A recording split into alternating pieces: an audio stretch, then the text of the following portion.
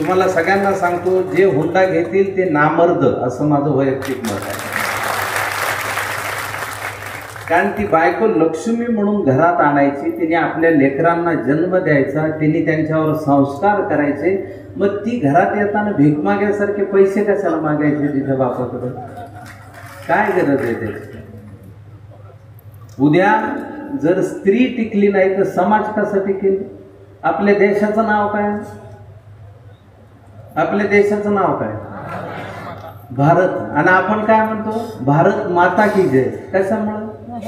भारत हा पुल्लिंगी शब्द आहे, पण आपण भारत माता म्हणतो. त्याचं कारण असं की आधी शक्तीचं महत्व आपल्या सगळ्यांना कळलेलं आहे, आपल्या जुन्या माणसांना कळलेलं आहे, म्हणून त्यांनी भारत माता म्हणलेलं आहे. आपण ज्ञानेश्वर माऊली म्हणतो. तर आपण लक्षात घ्या की ही जी माऊली आहे ती आज आपण जपली. शेतकरी आत्महत्या करतो पण त्याची माऊली नाही जात. ती लेकरं सांभाळत बसती, जिद्दीनं टिकून चिटकून. गिरिजा म्हणली ते काही खोटं नाहीये, ती सगळा संसार चालवते. त्याच्यामुळे आपण हे लक्षात घेतलं पाहिजे की आपल्या माऊलीलाही आपण उभं केलं पाहिजे. आणि या सामूहिक विवाहासाठी तुम्ही आज इथे आवाहन केलं, सगळे जण येतील, त्याचा काहीच विषय नाही. त्यामुळे त्याबद्दल तुमचं प्रशांत भाऊ मनापासून मी अभिनंदन या मंचावरून करतो. दुसरं मी